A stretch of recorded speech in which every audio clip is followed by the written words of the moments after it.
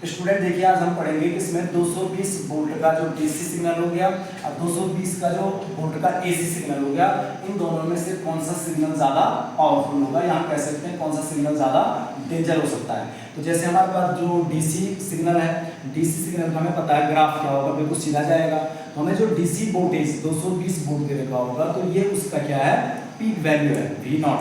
तो we not बराबर क्या आएगा 220। तो हर टाइम पे हमें कितना वोल्टेज मिलता रहेगा सर्किट में, मैक्सिमम वोल्टेज कितना है उसका देख सकते हैं आप, देखो 220 220 220 दे रखा होगा। लेकिन हमें जो 220 का जो एसी वोल्टेज दे रखा है वो उसकी कौन सी वैल्यू होती है, VRMS वैल्यू होगी। तो VRMS वैल्यू क्या आएगी 220 आ जाएगा, यहाँ पे वोल्ट आ जाएगा। अब हमको पता करना है कि इसकी मैक्सिमम वैल्यू क्या होगी, इसकी जो है मैक्सिमम वैल्यू क्या होगी। हमको फॉर्मूला पता है इसमें VRMS बराबर, तो हमारे पास आएगा VRMS बराबर ये होता है V0/√2। तो इसलिए अगर हमें यहाँ पे इसके लिए V0 निकालना होगा तो ये आ जाएगा VRMS इंटू किसके बराबर आएगा √2। तो देख लो V0 बराबर, तो VRMS वैल्यू हमको कितनी दे रखी है यहाँ पे 220 दे रखा है। √2 की वैल्यू क्या होती है 1.41।